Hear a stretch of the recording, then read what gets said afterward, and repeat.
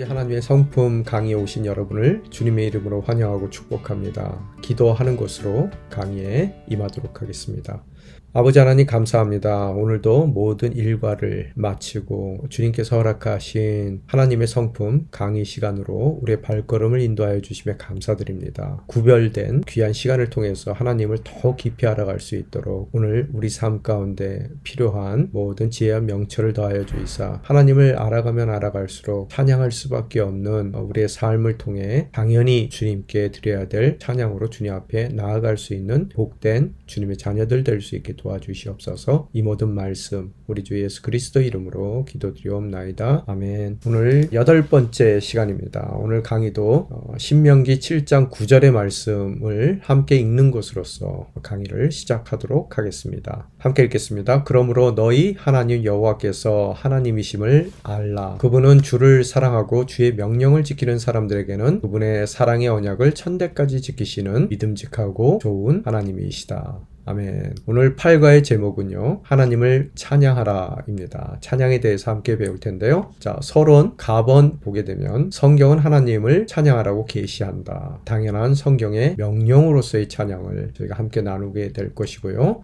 하나님은 찬양받으시기에 합당한 분이시다. 그분을 알면 알수록 찬양할 수밖에 없는 찬양의 대상이신 하나님이시다라는 것을 함께 나누고, 이후에 두 번째 단락에서는요, 찬양의 정의에 대해서 함께 나누도록 하겠습니다. 세 번째로는 하나님을 찬양하는 방법, 우리가 어떻게 하나님을 찬양하는지, 또 두 번째는 언제 그 하나님을 찬양해야 되는지, 또 마지막으로 찬양하기 어려운 상황 가운데 성령님께서 우리로 하여금 찬양토록 도우신다라는 내용을 함께 나누고, 마지막으로 그런 찬양을 드릴 때 주어지는 우리 삶 가운데서의 축복을 나누는 것으로서 오늘 마지막 강의를 마무리하도록 하겠습니다. 먼저 서론 말씀드리겠습니다.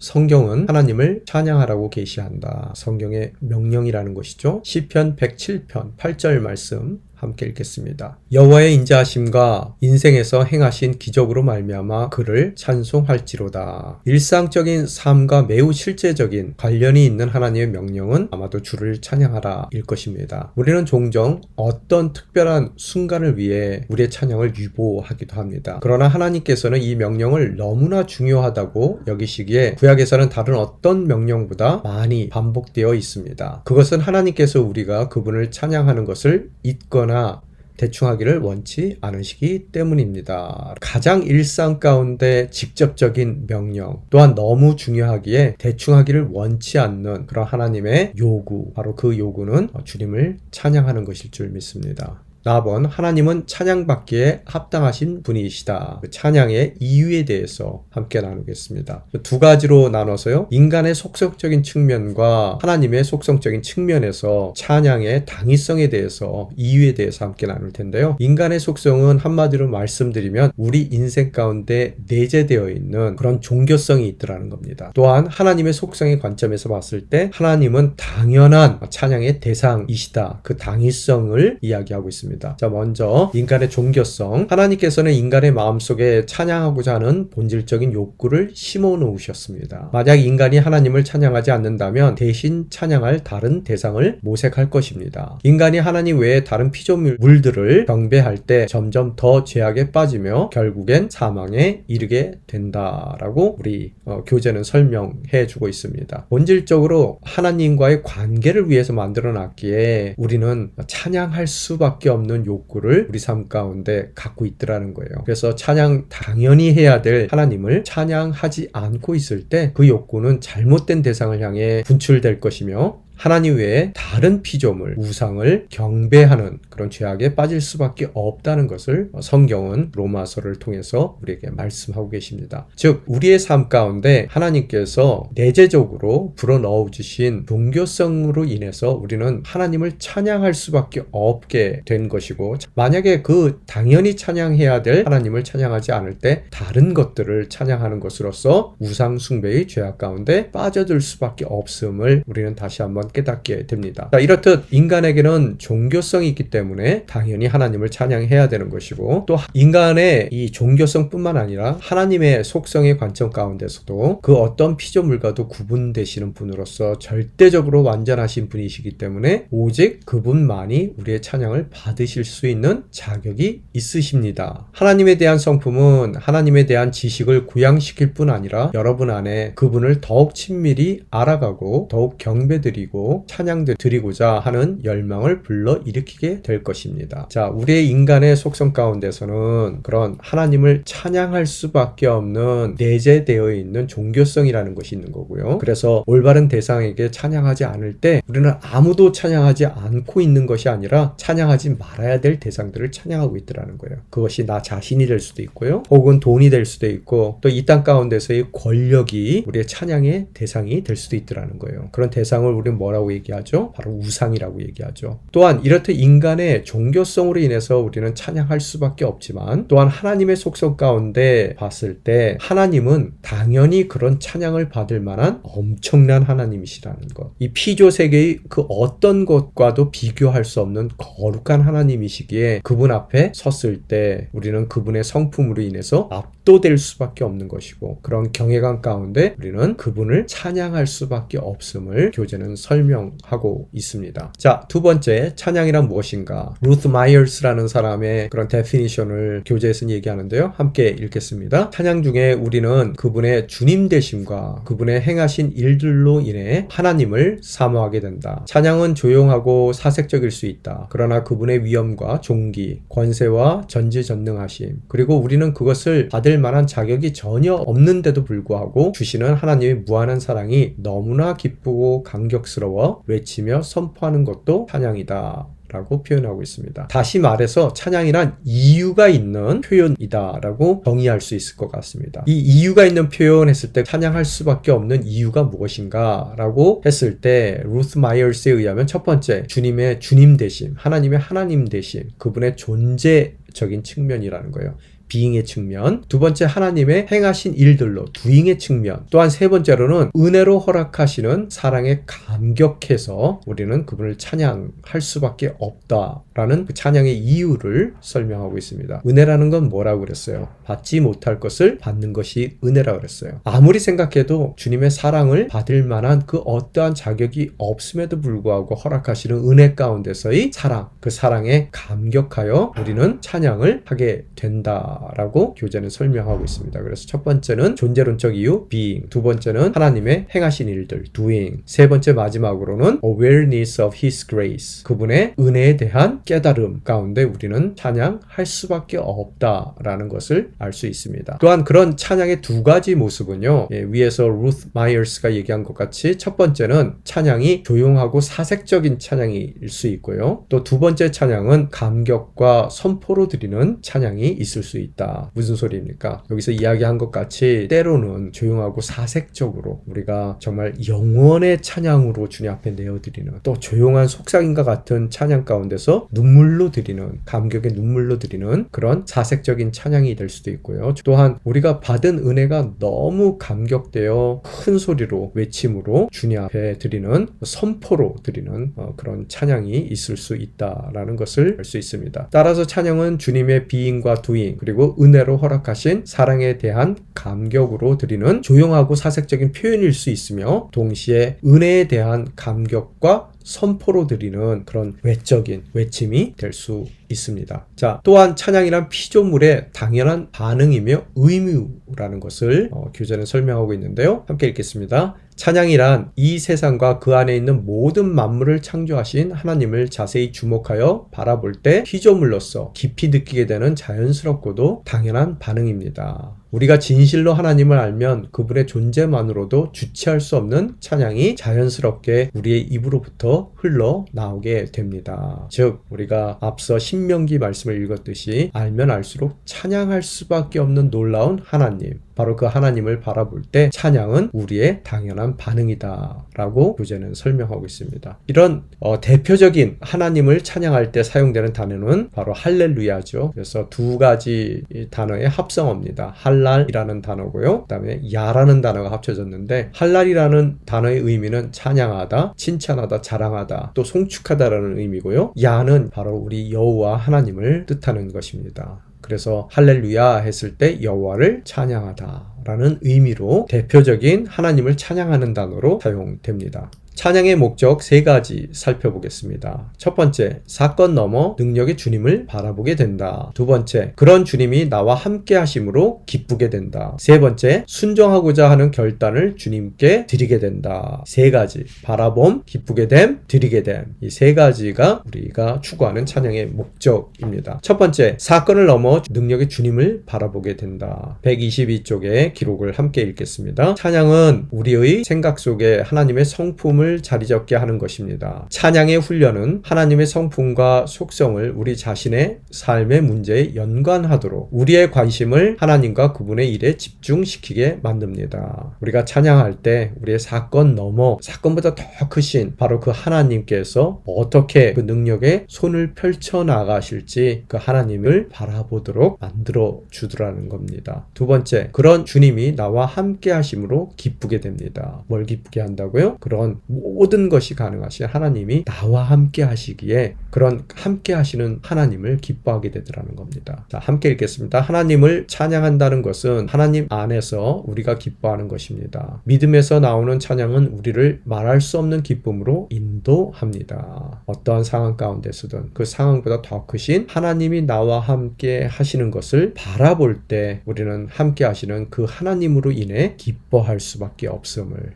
찬양의 목적, 두 번째 목적으로 바라보게 됩니다. 세 번째, 순종하고자 하는 결단을 주님께 드리게 된다라고 이야기하고 있습니다. 함께 읽겠습니다. 때로는 하나님께서 우리에게 일어나게 허락하신 일들로 인해 찬송 드릴 수 없는 감정이 생길 수 있습니다. 감정이 따르지 않을 때도 믿음 안에서 하나님의 명령에 순종하고자 의지적으로 결단하고 실천하는 것이 찬양입니다. 때로는 이 상황 자체가 너무 어려워 우리가 하나님께 순종하고자 하는 그런 마음조차도 갖지 못할 때가 있죠. 그럴 때 찬양을 함으로 우리의 감정이 다스려지고 또 찬양을 통해서 의지적으로 하나님께 순종하며 나아가는 삶이 가능함을 오늘 찬양의 목적으로 교재의 저자는 저희에게 제시합니다. 다시 말씀드립니다. 찬양의 목적 세 가지, 바라보게 된다, 기쁘게 된다, 드리게 된다. 자, 세 번째, 하나님을 찬양하는 방법에 대해서 나누겠습니다. 우리는 어떻게 하나님을 찬양해야 하는가? how에 대한 얘기죠. 첫 번째, 기억으로 해야 되는 것입니다. 두 번째는 기대로 하는 것이죠. 자, 첫 번째, 기억. 잊지 않도록 과거에 대한 감사와 감탄으로 우리는 찬양을 합니다. 함께 읽겠습니다.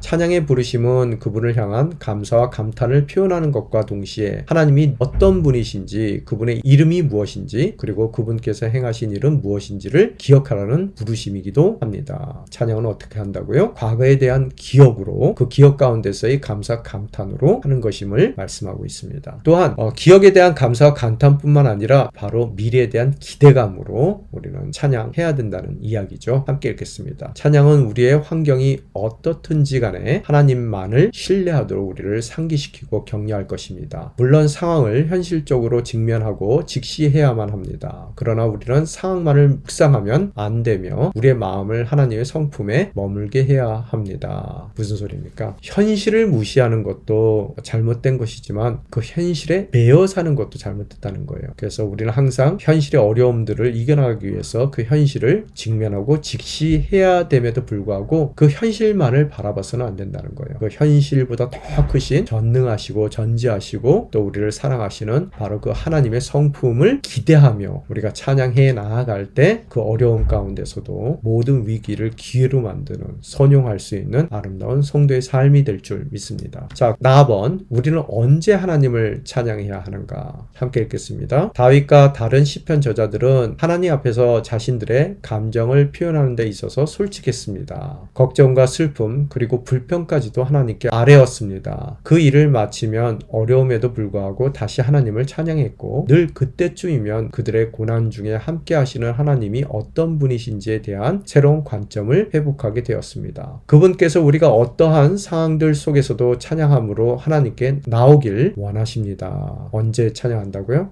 슬플 때. 예를 들어서 한나가 사무엘상 2장에 보게 되면 눈물로 하나님 앞에 찬양합니다. 눈물의 찬양, 슬플 때. 또 두 번째, 위기의 상황일 때. 바울과 실라는 빌립보 감옥에 갇혀서 그 위험한 순간 가운데 억울한 상황 가운데서 주님께 찬양을 합니다. 또한 역대상 15장에 나오듯 언약궤를 옮기며 정말로 기쁜 마음으로 춤을 추며 찬양하는 다윗의 모습과 같이 기쁠 때 우리는 찬양해야 될 줄 믿습니다. 또한 평범한 일상 가운데서도 우리는 찬양해야 한다는 것을 시편 또 히브리서 골로새서를 통해 다시 한번 깨닫게 됩니다. 슬플 때, 또 억울하고 위기의 상황 가운데서, 또 기쁠 때, 평범한 일상 가운데 우리는 찬양할 때 진정 우리의 모든 삶의 정황 가운데 함께 해주시는 주님께 우리의 관점을 모아갈 수 있게 될 줄 믿습니다. 자, 답은 성령의 도우심. 어떠한 상황에서도 찬양하도록 성령님께서 도우신다. Holy Spirit의 약자죠. 성령님께서 도우신다. 자, 함께 읽겠습니다. 우리가 모든 상황과 환경 속에서도 하나님께 경배드리는 이러한 초자연적인 행위를 도우시는 이가 계시다는 것입니다. 바로 성령님을 보내주셨습니다. 성령께서는 우리 안에 함께 거하시며 우리를 위로하시고 인도하십니다. 그분께서는 모든 때에 주님을 찬양하는 법을 더 깊이 이해하도록 우리를 인도하실 것입니다. 하나님께서 특별히 위기의 상황, 또 억울한 상황, 또 내 힘으로 감당할 수 없는 그런 절박한 상황 가운데 찬양하기를 원하시는데 그 찬양을 나 혼자 하도록 하시는 것이 아니라 바로 성령 하나님을 우리 삶 가운데 보내주시는 것으로서 우리가 찬양하도록 인도하시고 도우신다는 그런 귀한 진리를 다시 한번 깨닫게 됩니다. 자, 네 번째, 찬양할 때 주어지는 축복에 대해서 함께 살펴보도록 하겠습니다. 첫 번째, 찬양할 때 믿음이 강해진다. 자, 함께 읽겠습니다. 주님을 찬양하라는 명령에 순종함은 축복의 결과를 낳습니다. 진정한 찬양은 신실하신 하나님을 향한 우리의 믿음을 표현하는 근본적인 방법이고 그 결과 우리의 믿음은 더욱 강건해집니다. 찬양할 때 우리의 믿음이 강해진다. 두 번째, 찬양할 때 하나님의 능력을 경험한다. 함께 읽겠습니다. 찬양하는 가운데 우리의 삶과 환경 속에 나타나는 또 하나의 축복은 하나님의 능력을 경험하게 된다는 것입니다. 사실 찬양은 찬양의 대상이신 하나님을 바라보아야만 가능한 것이기 때문에 우리의 초점을 나 자신으로부터 하나님께 돌려 그분의 성품과 일하심을 주목하게 됩니다. 우리가 찬양할 때 우리의 삶 가운데 역사하시는 주님의 능력을 경험하게 된다. 두 번째 축복이죠. 자, 세 번째 축복. 찬양할 때 처한 상황에 대한 새로운 시각과 관점을 통해 기쁨과 감사가 충만해진다. 자, 함께 읽겠습니다. 우리가 고통과 환난 가운데 있을지라도 찬양을 통해서 평강과 자유를 경험하면 그분의 놀라운 성품의 빛 안에서 우리는 상황들을 새로운 시각으로 바라볼 수 있게 됩니다. 그리고 마침내 우리의 마음에는 기쁨과 감사가 충만해집니다. 찬양과 감사로 인해 점차 불평과 불만, 두려움, 걱정들이 사라지면서 우리는 더욱 승리하는 삶을 살게 될 것입니다. 우리가 찬양할 때 우리의 처한 모든 그 상황을 넘어선 그런 하나님의 능력 가운데 우리와 함께 해주시는 그런 주님을 바라볼 때 기쁨과 감사가 충만해진다. 자, 네 번째 찬양할 때의 축복은 찬양할 때 상황보다 더 크신 하나님을 바라봄으로 담대해진다. 함께 읽겠습니다. 마지막으로 찬양과 감사의 기도는 어떠한 기도보다 우리를 더 능력 있고 담대하게 만들어줍니다. 우리들도 굳건한 믿음의 찬양 속에서 강한 손길의 역사로 우리를 도우시고 우리의 기도에 응답하시는 하나님을 온전히 바라보고 경험할 수 있을 것입니다. 자, 네 가지 찬양할 때 우리는 첫 번째, 믿음으로 강해진다. 또 찬양할 때 능력을 경험하게 된다. 기쁨과 감사가 충만해진다. 또 우리 일상 가운데 담대해진다. 그럼으로써 진정한 그 사건을 이겨낼 수 있는 승리의 사람이 될 줄 믿습니다. 자, 나눔 질문 함께 보겠습니다. 어려운 현실 가운데 의지적으로 찬양하며 나아갈 때 평강을 경험하신 적이 있으신가요? 찬양을 통해 어떻게 평강을 느끼게 되는지 구체적으로 나눠 보세요. 우리가 인생을 살다 보면 감당기 어려운 현실 가운데 내몰리기도 합니다. 그럴 때 오늘 강의를 통해서 배운 바와 같이 바로 그때가 찬양해야 될 줄 믿습니다. 우리가 찬양할 때 우리의 시선은 우리가 감당치 못하는 사건을 보는 것이 아니라 또 그 사건을 감당할 수 있는 어떠한 능력도 없는 나 자신을 보는 것이 아니라 찬양 가운데 우리의 시선은 모든 것을 감당할 수 있는 주님께로 옮겨가게 됩니다. 그럴 때 우리는 두려움과 절망감을 내려놓을 수 있는 것이고 우리 인생 가운데 이전에 그러한 어려움 가운데서도 우리의 삶을 이끌어 주셨던 주님에 대한 기억 또한 그 기억 가운데 앞으로의 나의 삶 가운데서도 동일한 은혜 가운데 나를 구원해 주실 주님의 능력에 대한 기대감으로 우리는 넉넉히 주어진 상황들을 이겨나갈 수 있으리라 믿습니다. 찬양은 곧 우리의 상황을 이기는 열쇠라고 생각할 수 있을 것 같습니다. 그런 찬양을 통해 어떻게 우리가 평강을 누리게 됐는지 구체적으로 우리 소그룹에서 나눠 보시기를 부탁드립니다. 자, 기도하는 것으로 강의를 마치겠습니다. 아버지 하나님 감사합니다. 오늘 찬양에 대해 함께 공부했습니다. 우리 인생 가운데서 가장 중요시 여기는 주님의 명령, 또 주님의 요구가 바로 찬양일 줄 믿습니다. 우리의 인생 가운데 찬양하도록 만들어진 인간의 본질 때문이기도 하지만 또 피조물과는 완전히 구별된 거룩한 주님의 능력과 모든 성품들을 봤을 때 주님은 당연히 우리의 찬양을 받을 만한 하나님이시라는 것을 주님 앞에 고백합니다. 또한 찬양을 함으로 우리가 주어진 환경 가운데 사건을 바라보는 것도 아니고 또 그 환경을 어찌할 수 없는 능력 없는 연약한 우리 인생을 바라보는 것도 아니고 오로지 모든 것을 가능케 하시는 주님을 바라보게 될 줄 믿습니다. 그런 주님을 바라볼 때 우리는 어떠한 상황 가운데서든 흔들리지 않고 그 주어진 위기를 주님께서 허락하신 하늘의 기회로 선용할 수 있으리라 믿습니다. 이 모든 말씀 우리 주 예수 그리스도 이름으로 기도드리옵나이다.